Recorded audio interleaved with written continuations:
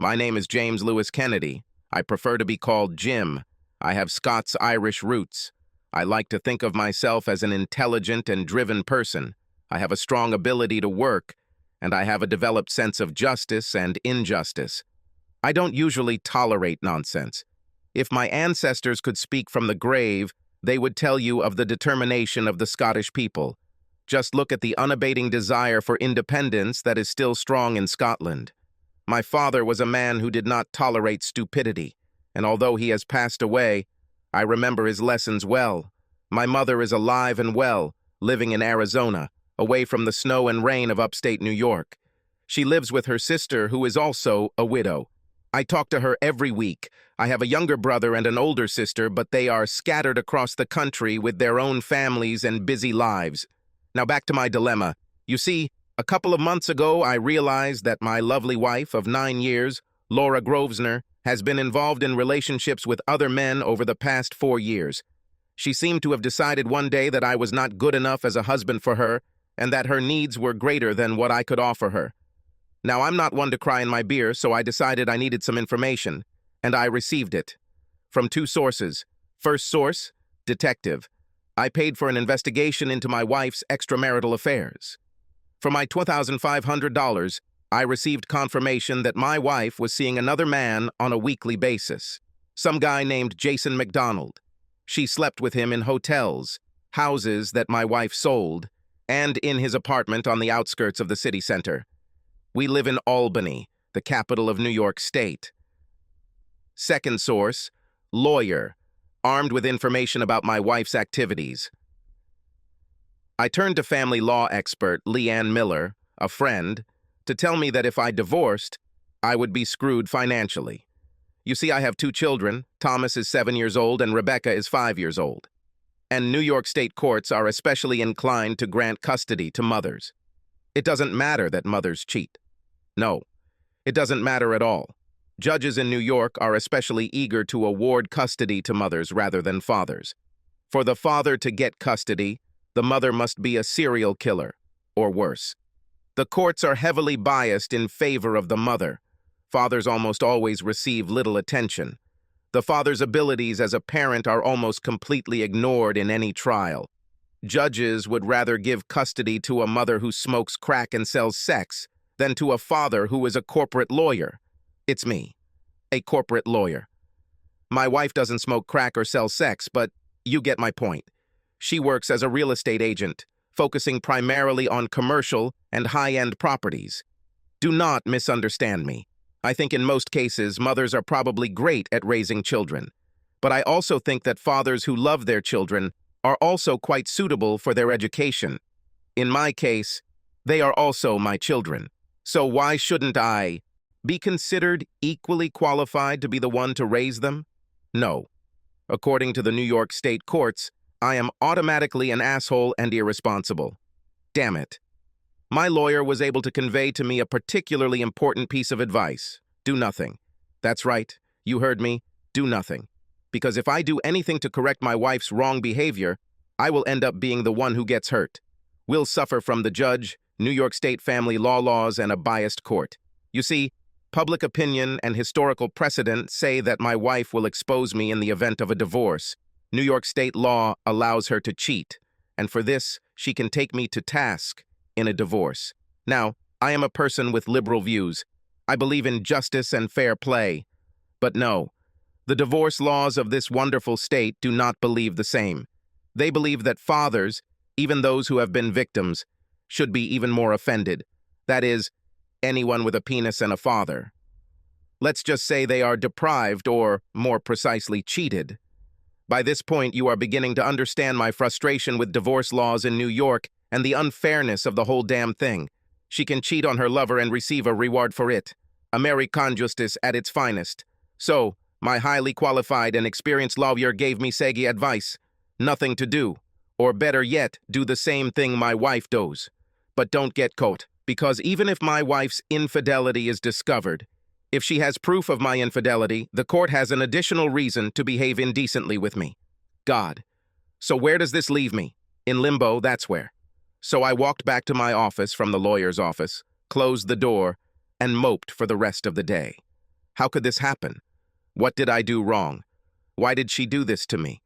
My feelings of failure plunged me into a deep depression as the realization of the state of my marriage hit me like a tsunami. It came over me and made me feel like I was drowning. I know it sounds stupid, but that's how I felt. I thought over and over in my head about the one statement my lawyer repeated, "Do nothing." But how can I not do this? And for how long? And when will I know it's time to end it? What will happen then? The uncertainty of it all made me physically sick. I felt empty inside as the realization beat inside my head that my marriage was a farce. My wife used me for her own purposes and deliberately betrayed me and our children. Her sexual satisfaction meant more to her than her marriage and children. Was I making more of it than necessary? Did I just need to calm down and work on a plan? I knew I needed to come up with some kind of plan, but right now I had no idea what that plan was. I'll have to work on this. At about 6 p.m., I returned home and pretended that I was still a happy husband and father. In fact, on the way home, I decided not to do anything, so as not to show that I knew about the betrayal of my wife, this cheater. No, sir. I was going to pretend to be happy, damn happy. And then I was going to the same thing my wife did. If it was good enough for her, it was good enough for me. As they say, as you are to me, so am I to you. Yes, that was my new motto. Damn her. Sorry if I ramble incoherently at times, but it's all burning in my brain, and it's good to talk it out. A week later, I saw a psychologist, and he just looked at me and asked about my relationship with my parents, and if I hated my father. I quickly gave up on his psycho-dow and decided that I would do it this way. Put your problems on electronic paper. And so, a few months later, after some introspection and the realization that I had to do something to feel better, to bring some justice to this messed-up state of affairs, I found myself in a friends with benefits relationship with a woman with whom I worked. She is a lawyer in the same firm where I work, divorced with 2 young children in elementary school. Amanda Stewart is a year older than me. She's tall, slim, very fit and beautiful, and I just can't understand why she wants to have sex with me. I mean, she could have almost any man she wanted just by beckoning him with her finger. Do not misunderstand me. I'm not exactly a fat, ugly bastard. Quite the opposite. I'm exactly 6 feet tall. I weigh 165 pounds and am in reasonable shape. I run, ride a bike, and work out at the gym regularly. I have a full head of brown hair, all my teeth are in place. I only wear reading glasses, I'm not hideously ugly, and my wife was actually the one who wanted to start dating me. As I learned from a casual conversation with Amanda, she had given up on the idea of trying to be happy while she was married. Her husband, she realized after much thought, was not the right man to marry. So after they tried to save their relationship, they both decided that they did not want to be married to each other. It did not become known until later in our communication that the father of her children is not her ex-husband. This was the main reason for their divorce. I can understand how this could be a stumbling block. This would be the case for me if I discovered that I am not the biological father of my children. But that's not my problem. Indeed, I did a DNA test on my children. So, I benefit from Amanda's needs. Her needs and my needs coincidentally coincide now. I really enjoy sex with her, and we can actually talk a little after we're done with the good part. She is smart and sophisticated and is the type of woman that a man could really love in an easy way. I don't feel any pressure with her, not the same as with Laura. We don't have much investment in each other, not emotional. Perhaps Laura's relationship with the guy she's sleeping with is the same, but I'm getting ahead of things. I decided that if Laura ever decided to end her relationship with her lover, then I would do the same. But there was no sign that this was in her future. Periodic checks by my detective confirmed that my dear wife was getting it from her lover at least once a week, so I decided that I needed to take STD tests to make sure she wasn't bringing home any unwanted germs. The tests, fortunately, were always negative. Maybe she forced her boyfriend to use condoms, or maybe he just wasn't a hotbed of disease. Anyway, I made a mental note to get tested every 3 months, just in case. Amanda and I always use condoms. Safety comes first. Now, I also need to explain one more thing. My wife is Laura Kennedy. At work, she uses the last name Grosvenor. She thinks it sounds a little more posh than Kennedy. But let's see. The name Kennedy is almost like royalty in the United States. But the name Grosvenor dates back centuries in England, and she considers it of much higher class. This, she believes, could attract more high-end clients to work with the firm she works for. We are both 34 years old, and, as I said earlier, we live in Albany in a very nice area called Pine Hills. Our home is near the university and close to downtown and the Capitol buildings. My commute to work is short, just a few minutes. Laura's office is not far from mine in the city center, but since she often has to be away from the office, she drives to work. I drive a 3-year-old Subaru Outback, and Laura has a new leased Mercedes. We lead a seemingly completely ordinary life. We are busy with children, careers, and everything that daily life requires of us.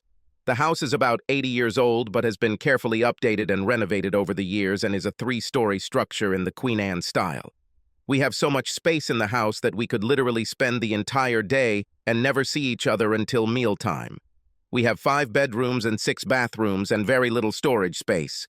The basement and 3rd floor have storage rooms, so this makes up for the lack of storage for clothes, Christmas decorations, and boxes for Halloween decorations and costumes, and sports equipment. I have a detached 2-car garage at the rear of the property that also doubles as storage for gardening tools. Laura is always painting or remodeling something. The small bedroom next to the master bedroom was remodeled, and walls were knocked down to become the master dressing room. We literally basked in bourgeois domestic life and thought that everything was fine with us. Or at least that's what I thought. I was clearly wrong.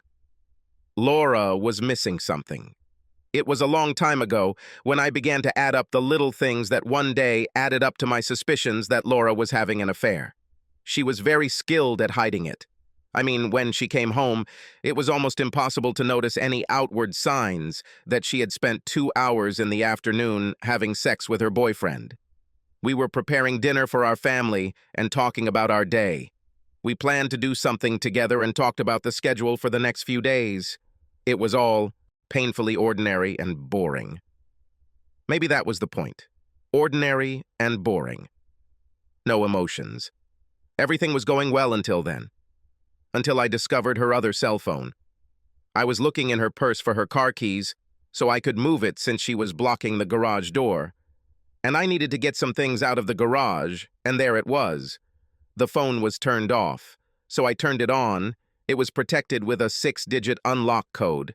I tried several combinations when nothing worked, and after the 4th attempt it warned me that it would block me from further attempts if I entered a 5th incorrect attempt. I decided I didn't want her to know I was going through her things, so I turned it off and put it back in her bag. I racked my brain for a while, trying to decide why she needed a second cell phone. Every conclusion I came to told me she was hiding something.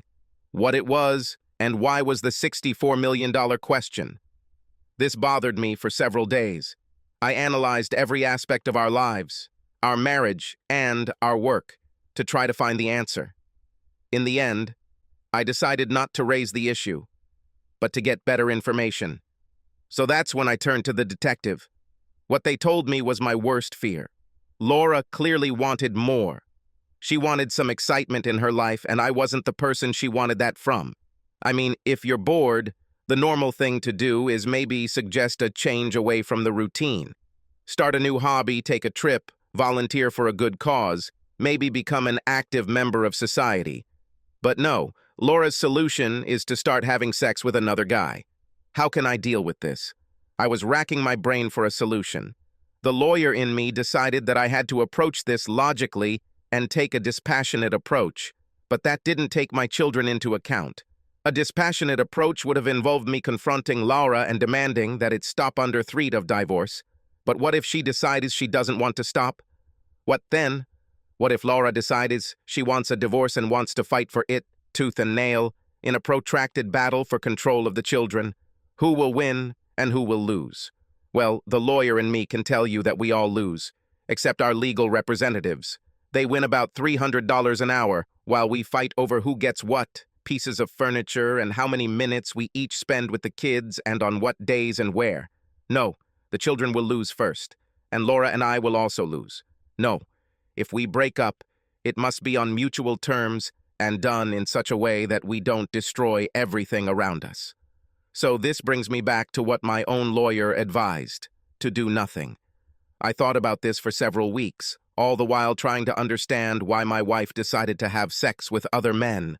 What were my shortcomings? Did I pay enough attention to Laura? Has romance disappeared from our marriage? Was I too boring and ordinary for her? Was I bad at sex? Self-doubt was killing me. But while I was trying to figure this out, I decided I needed to step up my game a little. I had to do something. What exactly this something included was not immediately obvious at the time. But I made a start. I usually try to work out 2 or 3 times a week, but with all the increased stress, I knew I needed to increase my workouts. So now I run a lot more than before. I get up at 5 a.m., put on my running shoes, and hit the running trails in our area. In the last 2 months, I've lost about 8 pounds and about 2 inches from my waist. I also started using the gym, which luckily is located near my office. 2 days a week, I go there and work out in the gym. I had a couple of sessions with an instructor to get me off to a good start and make sure I didn't hurt myself in the beginning, trying to lift too much weight. I started with lighter weights and gradually moved up to heavier ones. It's been a slow process, but I'm starting to see an increase in upper body strength. If I was now unattractive to my wife, I wanted to try to improve my attractiveness. Wanting to show her that I was worth paying attention to, I tried to invite her to romantic dinners, just the two of us. But her damn cell phone kept ringing and beeping, ruining the atmosphere. I tried to give sexy massages in bed with warm oil, candles, soft music, and wine. Again, that damn phone ruined everything. I tried to turn the damn thing off, but when she caught me, she complained that she might have missed an important call or email from a client. Everything I did failed miserably. So we all settled into a new routine, and I have to admit that even this has become routine and boring, at least for me. I mean, what's the point? Laura and I keep secrets from each other.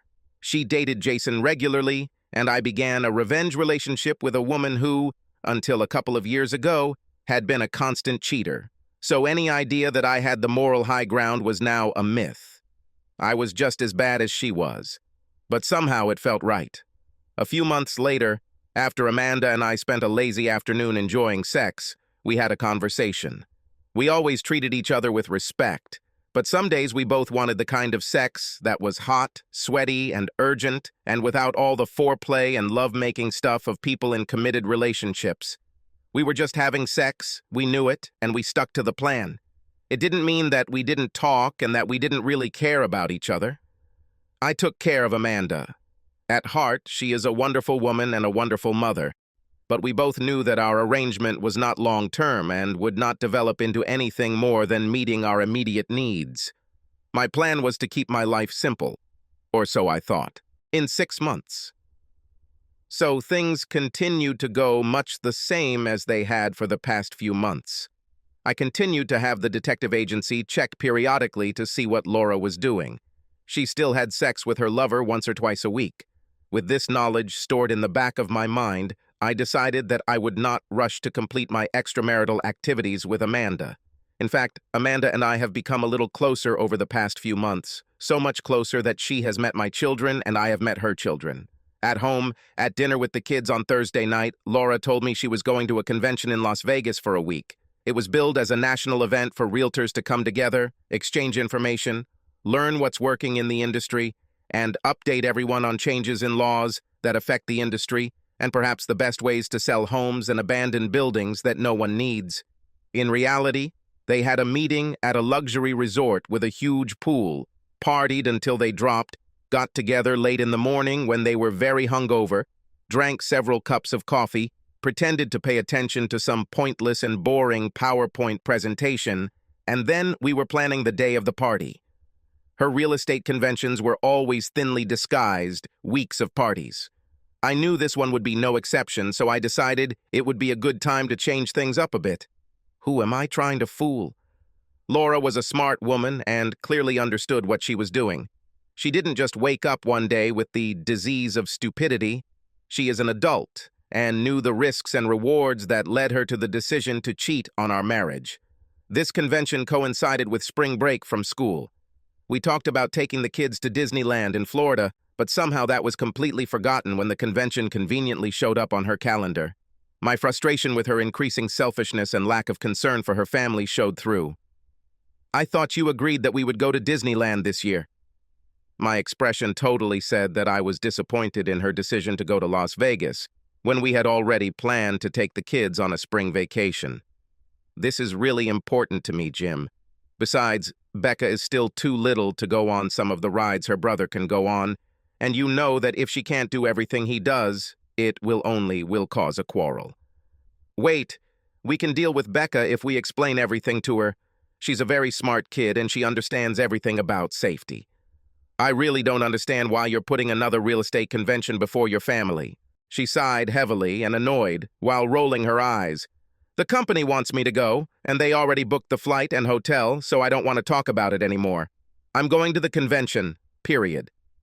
The rest of the evening at home was very quiet. After the kids went to bed, I took a long, hot shower and went to bed with a million thoughts on my mind. I didn't sleep well that night, but I had an idea. Some fundamental justice, as I saw it. So a couple of days later, I talked to Amanda and proposed the idea of her and our kids, and I going to Disneyland in Florida together for a short vacation. I didn't tell Laura anything about this. After some conversations about logistics, Amanda and I agreed that we would do it. So we booked plane and resort tickets and made a few phone calls to get everything set up. Laura had barely walked out the door to the airport before I started gathering the kids and getting them ready. To say they were excited would be an understatement. I told them we would keep it a secret from Mom for now, and they smiled those beautiful baby smiles and nodded in agreement. So the day after Laura went to party by the pool in Vegas with all the horny real estate agents, me, Amanda, and the 4 kids were already on the plane to Orlando. One of the airlines had a direct flight that took just under 3 hours. With little effort, by mid-afternoon, we were in the warm sun, and the kids were running around in their swimsuits, enjoying playing in the pool. This was a radically new experience for Amanda and me. Our time together until now had been mostly limited to fun in bed. Our kids had met before. It was on a Saturday in downtown Albany, and we met by chance. We ended up having lunch together, and the kids got along well with each other. Lunch was at a snack bar with a play area, so the kids could use up the sugar. Amanda and I discussed a lot more than usual. She shared with me more details about her marriage and the path to destruction. She also shared her commitment to children. After the divorce, she realized that she had made some very serious mistakes, but she wanted to be a good mother. She loves her children very much and wants the best for them and tries to provide it for them. I shared more about the betrayal I felt after learning about Laura and her cheating with Jason. I could see how she listened intently even as she watched her children. I tried to watch her face to understand what she was thinking. She was in full lawyer's uniform. She had to tell me some things that she was thinking. "You know, Jim, the life you lead now is very similar to an open marriage. You just haven't told each other about it. Are you sure you want to live this way?" I looked at her. "I haven't dealt with this yet because honestly, I don't want it to ruin the lives of those 2 kids over there. I don't want to become a father who only sees his kids on the weekends and spends time with them. Just a few weeks out of the year. Everything I've read tells me that the biggest sufferers in divorce are the children. I can't risk that. At least not yet." I took a deep breath because I hadn't been breathing for the last minute while I was speaking. I knew that eventually Amanda would want to move on from our FWB relationship. That's just the way she is. In my mind, I knew she wasn't a big fan of monogamy. I mean, her history said that she loved sex and with different men, over time. I thought that the longer we continued our relationship, the more likely it was to end. She will want to move on to a new FWB. but she didn't. And here we are, in the happiest place on earth, with 4 children, pretending to be one big family. I booked 2 adjoining rooms at the resort. One room had 2 queen beds and the other had 2 bunk beds for children. I had to pay a little extra to have the resort provide the rooms I wanted and sort out the beds, but it worked. It's amazing what a little money can do to make this happen. We spent the mornings and early afternoons walking around the huge park and visiting as many attractions as possible, and when the kids were tired and overheated, we returned to the hotel to cool off in the pool. By the time dinner came, the children were ready for bed. This meant that Amanda and I could enjoy time alone, and we would usually share a drink and some food, and then each other. 5 days at Disneyland were great. The kids saw everything, including a day at SeaWorld, and did everything they wanted, and were sad to leave as we headed home and then back to school. I needed to get back to work. Amanda needed to get back to work too. Laura, well, she was on her way back to her normal routine. Laura showed up later that day after the kids and I got home. She had a sunburn and a terrible headache. All this fun was catching up with her. The kids were excited to tell her that they had been to Disneyland and SeaWorld, and when she looked at me, she expressed her disapproval, saying that she wanted us to go there as a family. What the hell, Jim? I thought we agreed to go to Disneyland as a family. Why the hell did you take them there without me? Well, you may remember that we discussed this, and you made the decision to give up your family for another week of partying in Vegas. If we're not important to you, well, too bad. We went without you. We're having fun. We had a great time. I hope Vegas was worth it. I left the room before she could say anything else. Too bad, I thought. She spent 6 days having sex with her boyfriend in Vegas. I had 5 days of great sex with Amanda. I reminded her that we promised the children last year that they would be able to go during the school holidays. Her going to a convention in Vegas at the same time wasn't something I wanted to disappoint the kids about. It's a shame she missed it. She chose Vegas over family. Her loss. On Monday, I returned to work and was busy. It was 2 weeks before I was able to see Amanda. She had to leave for clients, and I thought that this might be her way of finding an emergency way out of our relationship. Maybe staying with me and 4 kids at Disneyland for 4 days was too much for her. But that was not the case. Amanda sent me several messages to say that her kids really enjoyed their time at Disneyland, and she did too. The next time we met, there was a noticeable change in the way we interacted. Little things. I noticed that she became more relaxed in her behavior when we were dating. In bed, she wanted more love. She would put her hand behind my head and run her fingers through my hair.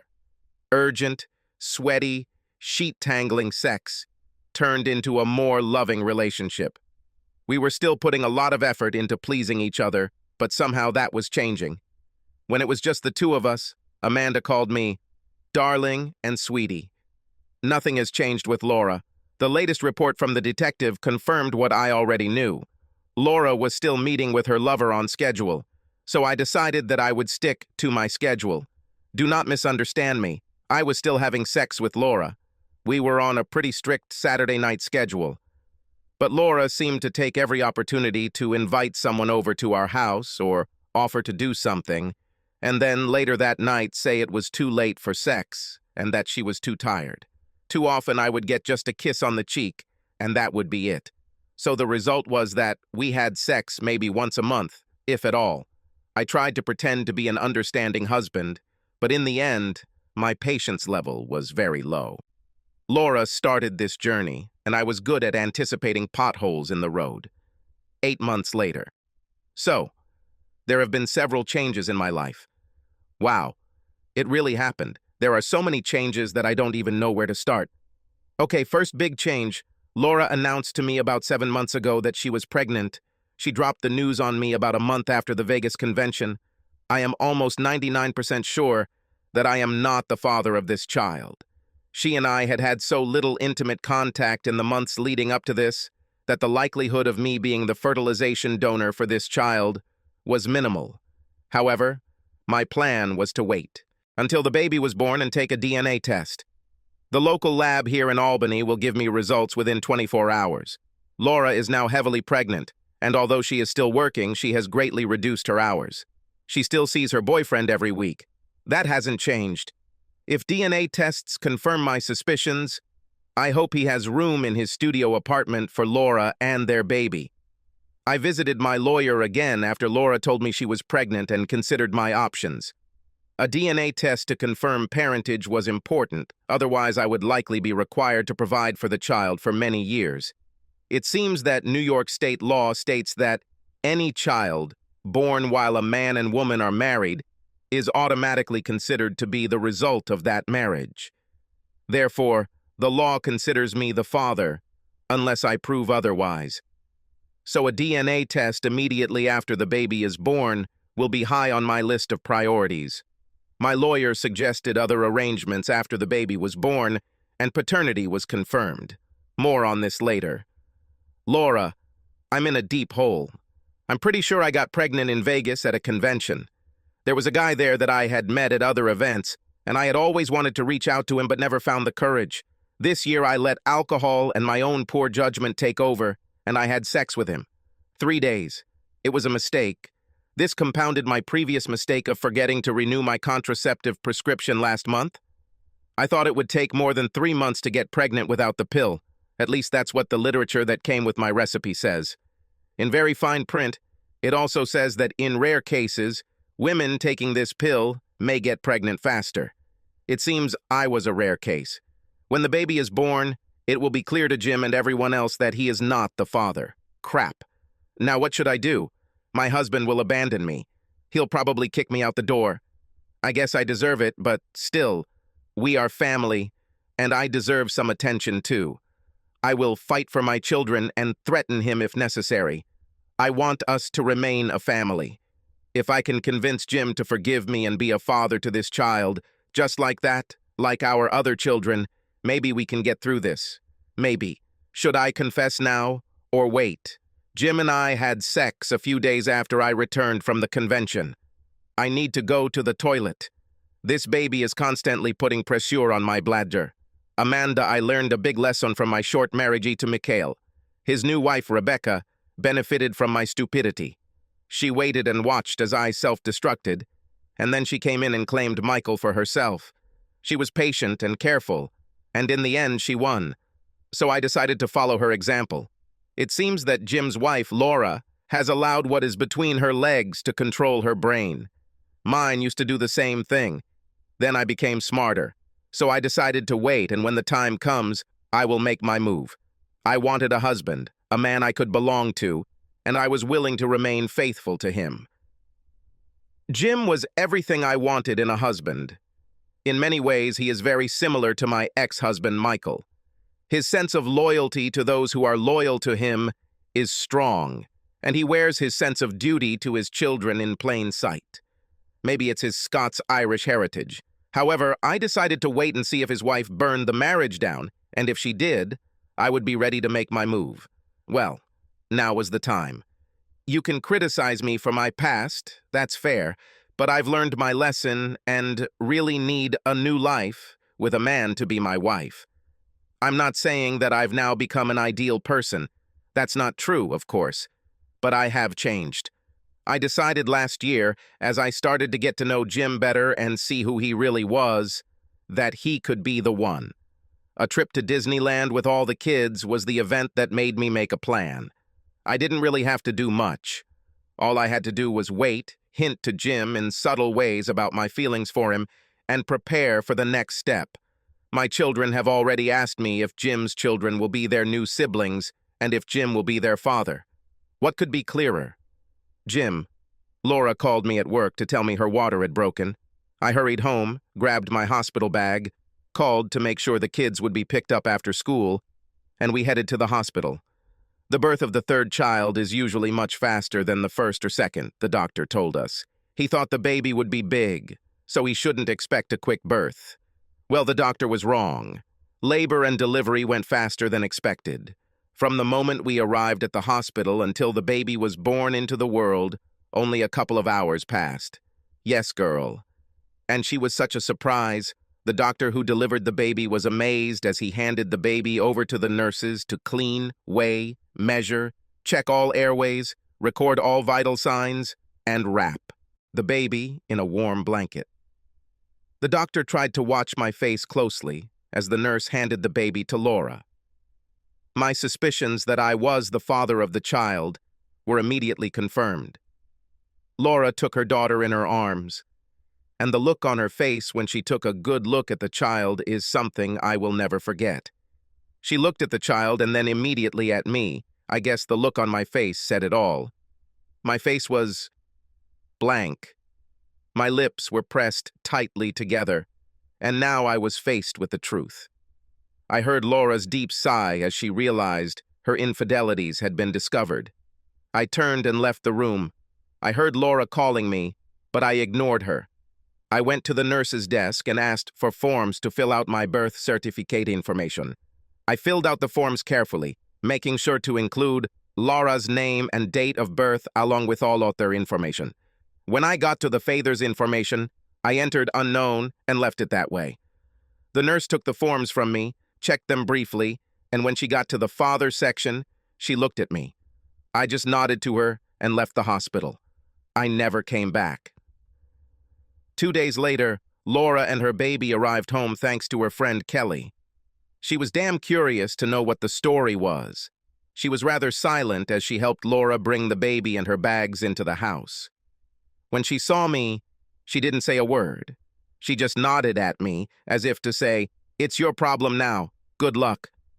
I left Laura alone for most of the day, and by the time the kids were supposed to get home from school, she found me in the home office and asked, "So what do you want to tell the kids when they ask about the baby?" I sighed. "Tell them whatever you want." Laura didn't know, but I went to the real estate office where she worked and talked to an employee. I knew that she went with him to a convention in Vegas. After some direct discussions between us, where I almost accused her of cheating on her husband in Vegas, she reluctantly told me the name of the man Laura spent most of her time with. Armed with this information and a warning to her not to tell Laura that she told me everything, otherwise I could easily share with her husband any information about what they did in Vegas. I know, it's not too high on the scale of ethical dilemmas, but it was all I had at that moment. And it worked. Returning to the first problem, what to tell the children when they ask why their new sister is such a dark skin color, I started thinking about a plan for my kids and me. Part of me wanted to publicly accuse Laura in front of everyone as a traitor, but I knew I didn't need to do that. She will do it herself. As soon as her family and mine see the child, it will become absolutely clear that I am not the father of this child. What then? I called one Mr. Glenn Duncan, a real estate agent in Houston. Duncan was now well known in the Houston area. He used to be an NFL player. He spent most of his time in the NFL on the practice squad or bench. His actual time on the field was very limited, but to those around him, he could be considered a Super Bowl winner based on his stories. For football fans, your knees are your most important tool, and when they fail, your career is virtually over. And so, it happened with Mr. Duncan. Duncan was a large man, standing over 6 feet tall and weighing about 220 pounds. He was still in shape and looked good in an expensive suit. His photo on the agency's website showed him at his best with a wide smile.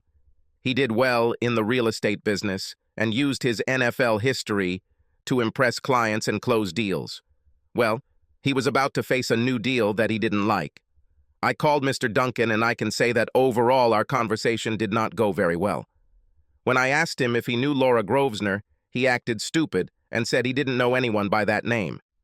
Additionally, he couldn't remember if he had been to the Vegas convention last year and that he was very busy and had to go. As a parting comment, I told him that Laura would contact him about her newly born daughter and that I would request a forensic DNA test. There was dead silence on the phone. I also asked Mr. Duncan to confirm his home address and telephone number so that the court order could be served. At that moment, the telephone line suddenly went dead. Of course. You'll see Mr. Duncan has Mrs. Duncan and 3 little Duncans at home. It is unknown how many more he has scattered around the country.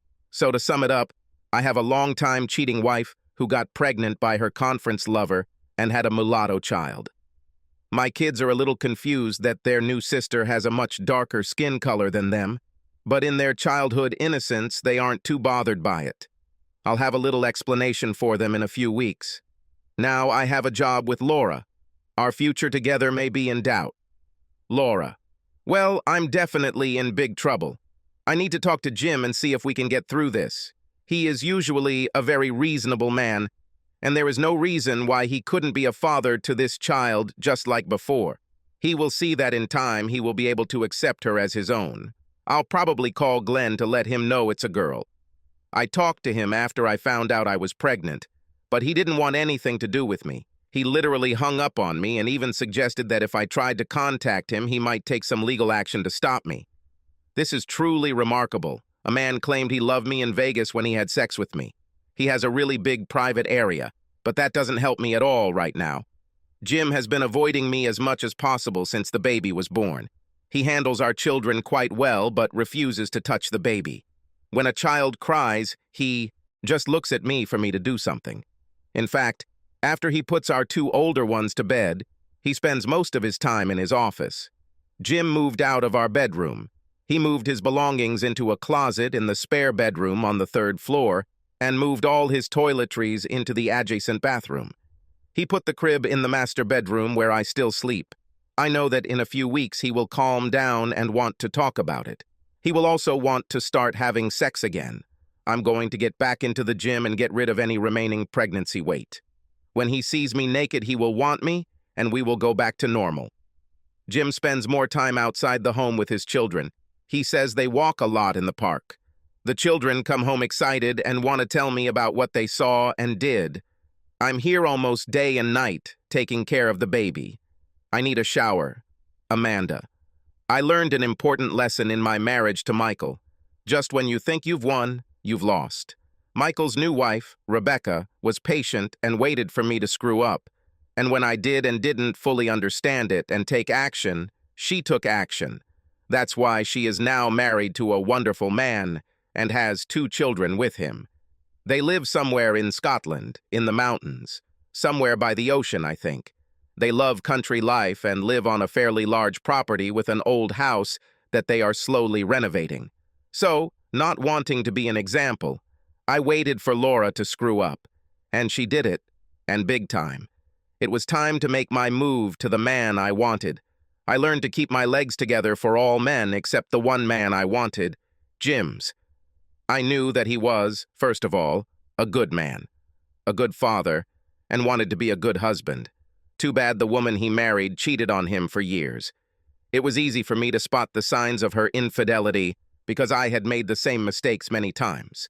My children were fathered by my 2 lovers, not my husband. That's why Michael is now another woman's husband. I won't make the same mistake again. I tried to be emotionally close to Jim as well as physically close when we were dating. At work, I went to his office when there was time, and we dined together more often. There was tongues wagging at the company. Everyone knew that Laura had an affair and gave birth to a daughter who was not Jim's. Everyone was quietly speculating when the divorce would happen. Every time Jim left the office on personal business, glances were exchanged between the employees, trying to find out what was going on. Maybe it's day, maybe the end of his marriage is near. His personal lawyer's office was only a few blocks away, so it was normal for him to walk there and back. It gave him time to think and relieve some stress. He trained himself to send me a message when he went to a meeting. I was always waiting to see what would happen next. I knew Laura's end was coming. Jim. So here's the thing. I thought for days about the great question. What the hell should I do with a wife who had a child with another man? A wife who cheated on me for years and now really rubs it in my nose in a very public way. My brain was screaming at me to get some boxes, fill them with all her stuff, and put them and her baby outside. While this might have been the most satisfactory solution, I knew it wasn't realistic given that the kids would be asking questions, and I didn't want to be the one who had to provide the answers, not yet. And besides, I'm not a completely soulless bastard, although I want to be them. But I needed to do something. I had a pretty good idea of what it was, but I also knew that doing it would be painful for my entire family. Laura's father quietly told me to do what I thought was right, no matter what I decided. He couldn't believe his daughter was so stupid. Laura. My parents live near Albany, and they were excited to come and see their new grandson. When they walked into the master bedroom to see the baby in her crib, both my parents were surprised. That was putting it mildly. My mother covered her mouth with her hand, stumbled back, and had to sit on the chair next to the crib. My father simply looked at me, shook his head in disgust, and walked out of the room.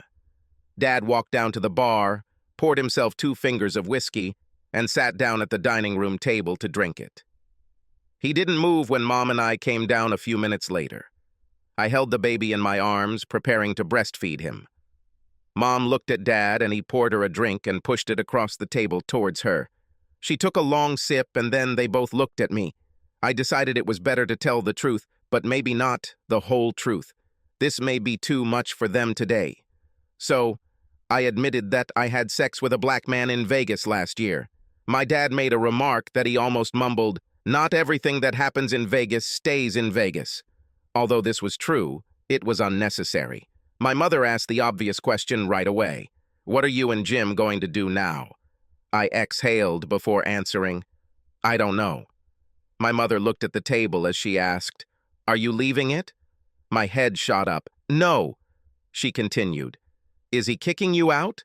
"We haven't exchanged more than a few words with each other since the baby was born. He spends as much time with the kids away from home as, maybe. He moved into the spare bedroom, the one I was going to, use for a child. That's why the crib is in the master bedroom." My mother shook her head. My father just looked at the table. Neither of them even breathed. My mother summed up her thoughts by saying, "God, how could you be so stupid? I thought we raised you better than this." Her comment was a statement, not a question. I sat without saying a word while the baby drank from my breast. My mother put the question squarely in my head. Will Jim make me leave? I hoped he would listen to reason and become a father to this little girl. But I knew that every time he looked at her, he would be reminded of my infidelity. It was quite obvious that I had cheated on him. We didn't talk about this at all. He avoided me at every opportunity. And I couldn't blame him. What man would want to be reminded that his wife got pregnant by another man, and this is the result of this affair? It's not like I had a long-term affair with Glenn. He was well known in the business and was a very personable guy who always knew how to compliment women. This time I drank too much and ended up in his hotel room on the first night of the conference. We spent the next few days having sex, and it was wonderful. All the usual household chores, work, children, husband were forgotten, and I just enjoyed the attention he gave me. He had good sex. At the end of the conference, I went home, barely able to walk. I was already very tired, and I knew that I needed to get myself ready for the flight and then get ready to meet Jim and the children. When I got home, the kids were quick to tell me that they had just returned from Disney World in Florida. I mentioned to Jim that Disney World was something I wanted to do as a family. He looked at me and said, "You really need to be there for this," and walked away. I didn't know what the hell to do. I had a bad hangover and couldn't take a shower to wash away the knowledge that I might have really screwed up in Vegas. I had too much of a fight with Glenn. It was all about alcohol and the part of my brain that loves sex. The rest of my brain, the part that knows I have kids and a husband, was marinated in a martini. I realized that I had spent at least 4 days having fun with Glenn. He's a guy who's pretty confident. When I returned home, I realized that I needed to have sex with Jim as soon as possible. I thought it might heal the rift between us. A rift that has been growing for some time.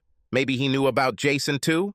I know that Jim and I haven't been very close to each other lately, and that's reflected in our family life. At the time, I thought spending more time with Jim and the kids should be a priority. After a few weeks, I lost my period, my breasts became very sensitive, and I started feeling sick in the morning. I knew I was pregnant and decided I needed to figure out a plan. I should have had an abortion, but I didn't. I silently prayed, "Lord, let this child be Jim's." But that's not true. Jim, to answer the obvious question of what the hell should I do, I decided that visiting my lawyer might help me better understand what problems I was facing. You see, my brain was completely convinced that divorce from Laura was my only option. I would have a very hard time accepting being the father of her child when it was clear to everyone that she had gotten pregnant by another man. A biracial child with two very white parents is pretty obvious. At first, I thought the father might be Jason, the guy she slept with regularly. Clearly, it wasn't him. She cheated on him, too. I had to chuckle to myself for that. I know what you're thinking. This is the 21st century, and my position seems extremely racist. It has nothing to do with race. This is due to the fact that my wife became pregnant from another man. The child is innocent of this. The child has no choice of parents. His mother and father are who they are. Not because the mother is white and the father is black, there is no question about that. The question is that my wife had a child from another man. In my mind, it's very simple. My lawyer asked if DNA tests had been done, they were carried out, and I reported the results. I also handed over the information my detective had gathered about the child's father, along with photographs. We then had a serious conversation about New York State family law and what it meant to me. Especially now that it has been so clearly proven that Laura had a sexual relationship with another man while we were married. I told Leanne that my first priority was my two children. I wanted full custody and was willing to do anything to get it. I was prepared to say that Laura was unfit as a mother, to use all the evidence my detective had collected, and thus custody should go to me. I was wealthy enough that I could afford to fight this battle if necessary and hire a part-time nanny to help with after-school care. There were several court precedents allowing this to be done. I will retain ownership of the house and happily pay Laura half of its value. The kids and I will stay in the house as it will give them more stability and allow them to stay at the same school. The youngest was now going to school, so after-school care was the main problem. I covered it well. I didn't even raise the issue of alimony from Laura. All I wanted was for her to pack her things and her baby and leave. To begin the process, Leanne suggested starting with a formal separation agreement. Now, for those who are not familiar with what this agreement is, it is a legally binding document that is essentially a preliminary step to the actual divorce. I guess you could say it allows the spouses to live separately for a while and decide if they want to save the marriage. The truth is that most separation agreements become a template for divorce because few couples actually return to marriage. I think this is really a scam in stages. I wasn't sure the separation agreement was what I wanted. I thought the separation agreement was simply delaying the inevitable. Why waste the time? Leanne felt that using a separation agreement would be a good way to see if the child's father was willing to accept the child as his and provide for him financially. In addition, with the separation announcement was a way to evict Laura from the house and give the children and I a chance to see how we managed on our own. I would happily allow Laura broad rights to see the children. I'm guessing the challenge for her will be taking care of her baby and children every weekend on her own. Over the past couple of years, Laura has largely left all the parenting to me. Her job and her extracurricular activities with Jason meant that she would come home to the three of us tired, hungry, and wanting to catch up on work. She would often go out in the evenings to meet with potential clients or show someone the house. Some weeks, the actual amount of time we spent together as a family was practically zero. So over time, I took care of the children. They became less dependent on their mother, and we all moved on with our lives. Laura and I have barely spoken to each other since her baby was born. I made no effort to care for the child's needs. It was entirely on Laura. So on a Friday night, about a month after the baby was born, I started. I took out a large envelope and told her in my very controlled voice, "Laura, we need to talk." The expression on her face spoke for itself. She paled a little and realized that this was serious and that this would not end well for her. I knew she was hoping that the longer we put off talking about the baby and her cheating, the more likely I would be to ignore the fact that she had a baby with another man. I poured her a glass of wine and pushed it across the table towards her. I had a glass of ice water for conversation. I had a brown envelope on my desk, and she was looking at it as she took a sip. She nodded toward the envelope and slowly asked, "What do you have there, Jim?" I got straight to the point. "This is the separation agreement that my lawyer has prepared. I think it's time for us to think about the future. I think you and I need some space so we can evaluate what we want. And obviously, our marriage is not in a good state. It seems that I am not the person you want for a husband, and now you are not the woman I want for a wife. So, I think that for both our good, we should separate and reevaluate our marriage." Laura's eyes were wide and her hands began to shake. She took a long sip of her wine. I continued, "My lawyer prepared this agreement, and it says that I will stay here with my children, and you and your child will move out. You have a month to find a new place to live. You can take as much furniture from the house as you like. You can spend as much time with the children as you want, but they will live with me. I have arranged for a part-time nanny to help with childcare after school, and in case I need to go away, I've arranged for work about adjusting my schedule and will be able to work from home much more." Laura's face showed shock. I clearly surprised her with this separation agreement, and she needed time to think about her options. "Jim, why do you want me and the baby to leave?" The expression on my face said it all. It's time to be frank. "Come on, Laura, be realistic. You decided to cheat, then you got pregnant, and now you want me to just take it for granted. Nope, it won't work. You should have realized by now that I was not going to tolerate that level of disrespect. You've been unfaithful to me for years, and now it ends. So you have 30 days to pack your things, find a place to live, take your child, and leave." I was building up anger, and I really wanted to take my feelings out on her. But I knew it wouldn't do any good.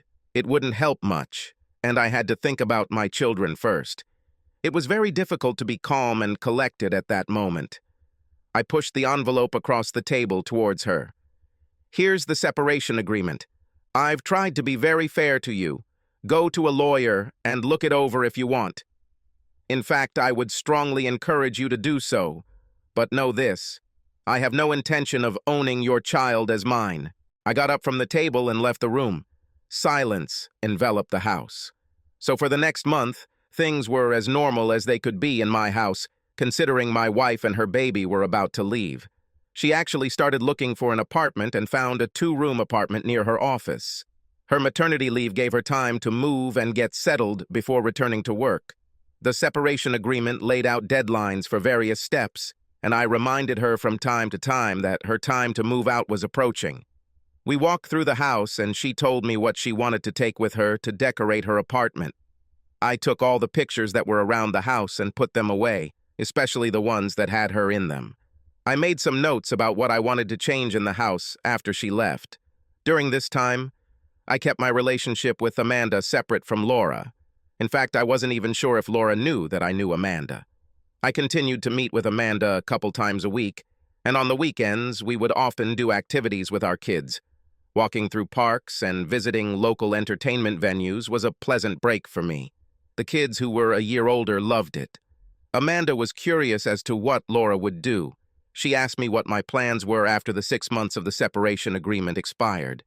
I was honest with her and said that I very much doubted the possibility of reconciliation. Laura hasn't said much to me for a long time, unless it concerns my children. My plan was to move on to divorce. I pursued the separation agreement at Leanne's recommendation, primarily for the sake of the children and both of our families. My mother in Arizona couldn't care less what I did, but I knew Laura's family hoped I could forgive Laura and be a father to her child. For me, it all came down to respect. Without respect, there is no marriage and no relationship. Without respect, I could not call her my wife. I couldn't trust her to have my or the children's best interests at heart, and I knew I wouldn't have her best interests at heart. No, the marriage is over. Amanda watched me closely. She knew I was hurting and vulnerable, but at the end of the day, I knew I had to move slowly, take care of my children, and make sure they had a stable home and life. And that's what I did. 6 months later, Laura. I've been living for a while now in this apartment. Jim agreed that I would bring enough furniture to make the place cozy. He gave me the furniture from the master bedroom, a lot of kitchen utensils, dishes, and a table and chairs for the kitchen. After the movers packed all my belongings, I looked around the house and realized that I would miss this home. I will come back here again to leave my children, but I will never live here again. It hurt to realize that my stupidity had cost me my family, my home, and the life I thought I would always have. Why couldn't I just keep my legs together around men I found attractive? At the time, I thought I could have sex with them, and as long as it was kept a secret from Jim, there was no problem. Everything was going great. Until I got pregnant. Now I'm almost a single mother in a 2-room apartment. I have no time for a social life. I haven't had sex in months. I have to go back to work next week, and that means the baby will need daycare. My family almost stopped communicating with me. People at my work looked at me strangely when I visited the place a few weeks ago. I was never able to lose the post-pregnancy weight as quickly as I would have liked. And money is tight. I had to give up the rented Mercedes, and now I have a Volkswagen. I noticed Jim was still driving his Subaru. Some things do not change. He is the same stable rock that I am used to. I expect the divorce papers will be delivered to me soon. The separation agreement expires in a couple of weeks, and as far as I can tell, Jim has no intention of forgiving me and getting back together. I tried to talk to him about it the last time I saw him, when he brought the kids over for the weekend, but he just looked at me and walked away. I understand what he is saying about respect. I'm just starting to understand this, but it's too late, Amanda. Well, it's time for me to act. The man I want is now divorced from his ex-wife and is settling into the role of a single parent easily. Jim is so organized that he can manage the kids, his job, the house, and even a little bit of his social life. His social life was mostly spent with me and my children, and that suits me completely. We spend a lot more time together and do things almost like a family. The kids and I spend more time at Jim's house, sometimes staying over the weekend. I realized what I lost with Michael, and I don't want to make the same mistake with Jim. Michael was a good man and would be a great father to my children. It's a shame he's not their father. My sense of self-esteem was so enormous that it overwhelmed common sense, and I thought that I could have everything at once. So I had an ongoing relationship with several different men and ended up getting pregnant twice. When Michael found out and confronted me, I closed off and refused to talk to him. So he left and told me that if and when I was ready to tell him the truth, I would have to call him. I was so embarrassed that I didn't call, and well, he stopped waiting. Eventually, when I was able to muster up the courage to talk to him, he moved on and found a woman who loved him and only him. I was so stupid. I won't repeat this mistake. Now the man I wanted is free, both mine and I his. A new circumstance has appeared. Jim. So now I'm divorced. I am a single father of 2 growing children.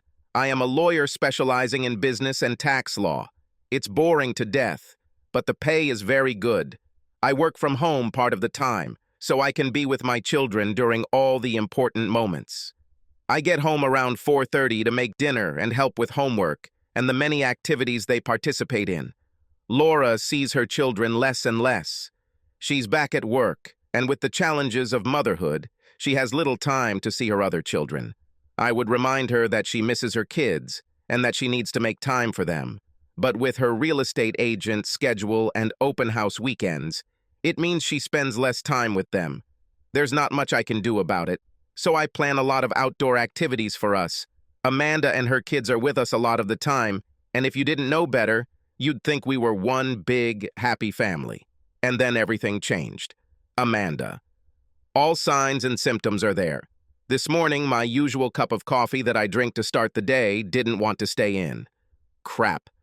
My head was in the toilet when breakfast suddenly returned. I washed my face, freshened up, and then got the kids ready for school. On the way to the office, I stopped at a nearby pharmacy and bought a test kit. You know which one.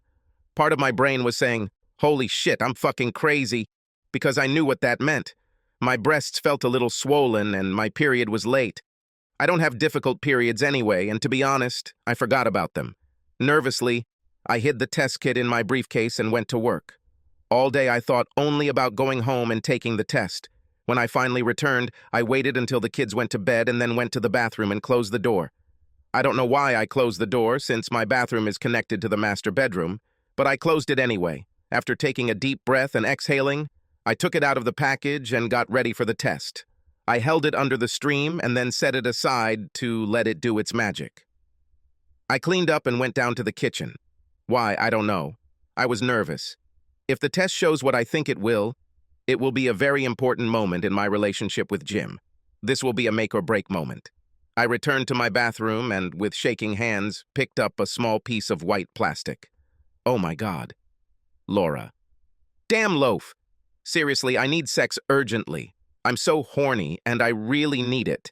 I've thought about trying to talk to Jim and get him to come back to my bed, but the man won't talk to me. What should I do? Jason, my constant lover, left a few months ago. I heard he was dating a senior from university and they were getting serious. She must be careful. Between the child and work, I have no free time for a social life.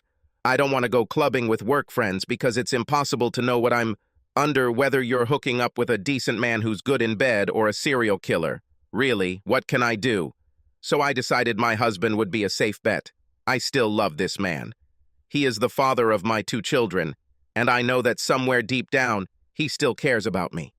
I decided I had nothing to lose by trying to talk to Jim. I had to plan this carefully. I needed us to meet in a neutral place and not take the child with us. So I decided to invite him to meet me for a meal at a restaurant that I knew he loved. This place in the city center is called Beer Barn. The title is a little misleading. It's a very stylish, if casual, place, with a good menu of Jim's favorites and a long list of beers. I knew he really loved this place, so I decided to invite him to meet there. I called him and asked to meet. Surprisingly, he agreed. We've barely exchanged a few words with each other since Emma was born, so I had to be very careful in how I approached this crucial meeting. This will be the last attempt to save a very broken marriage. The paperwork was done, but in my heart we still had a chance. As long as we have children as a common bond, we still have a chance. That and I still need it. Jim. I hesitated between going and not going to meet Laura. Finally, after my internal reflection, I decided that I should move forward from my frustration and talk to her. The children were my main concern, and this attempt by her to talk to me was perhaps about something she had to tell me. Although she could have easily communicated her concerns about the children through her lawyer or even called me, I suggested that we could act like adults and talk face to face. So I decided to meet her at the Beer Barn, but I decided to take help with me. Laura. When I arrived at the Beer Barn, I saw that Jim was already there. He was with someone else, a woman. She was blonde and very attractive. They sat opposite each other. They held hands. Crap. As I approached the table, they stood up and she moved to Jim's side. The introductions were a bit awkward, as you can imagine. I didn't expect anyone else to be with him. Jim's expression was calm, and he had a smile on his face. I realized that my attempt to get him to come back to bed with me, and the baby and I to move back in with him and the kids, was completely lost. Jim ordered me a drink and took it upon himself to order food for all of us. He knew this woman, Amanda, well enough to know what she liked to eat. Double bummer. Once the food was ordered and the drink arrived, Jim began, "So, Laura, what did you want to talk about?" I stuttered and stammered, trying to come up with something stupid. I talked about kids and what I wanted to do with them during the times I have them for the next few months. Jim said he was planning something for Christmas, and that might mean taking them to a ski resort in Vermont. I simply nodded and agreed with almost everything he mentioned. I didn't notice before, but when Amanda took off her volume a new sweater, it became obvious that she was pregnant. My eyes widened as I stared at her stomach. Her pregnant belly wasn't very big, but it was noticeable. I knew these signs all too well. "Laura, I have to tell you now that I'm selling the house. You'll get your half of the money after the mortgage is paid off to the bank. You see, Amanda and I are going to move in together, and we've decided that we want to move to a better house. We'll satisfy our needs."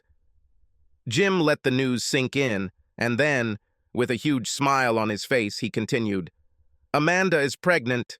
We're expecting a baby in 5 months. Thus, the death bell sounded for my marriage, and any slightest hope of reconciliation I might have had melted away right before my eyes. I think it really started when I first started cheating with Jason, and then it accelerated like crazy when I spent those 4 days with Glenn in Vegas. I hoped the ground would open and swallow me right then, but that did not happen. I simply nodded at them and quietly said, "I need to go." I left the restaurant and got into a taxi to go back to my apartment. I was so stunned that I forgot my car was parked nearby. Crap. In a year, Amanda. Okay, I guess I'll get the last word. The new house is furnished, and we have room for all the children. We bought a house in a great neighborhood, not far from the house Jim had. It's actually a little larger than the previous one, and we installed the pool before we moved. Between Jim, a newborn, and 4 kids, running a home and work, I go to bed at night exhausted, but I try to be close to my husband. Yes, we got married. Jim insisted that our children have legally married parents. We got married shortly before the baby was born. We sleep naked, which means we make love almost every night. In this situation, I will soon become pregnant again. We still have a nanny who takes care of the baby while we're at work and looks after the kids after school. Please know this. I learned a lesson from my first marriage. I know I was stupid and took Michael for granted. I didn't give him enough respect. I won't make this mistake again. I am very devoted to my husband and family.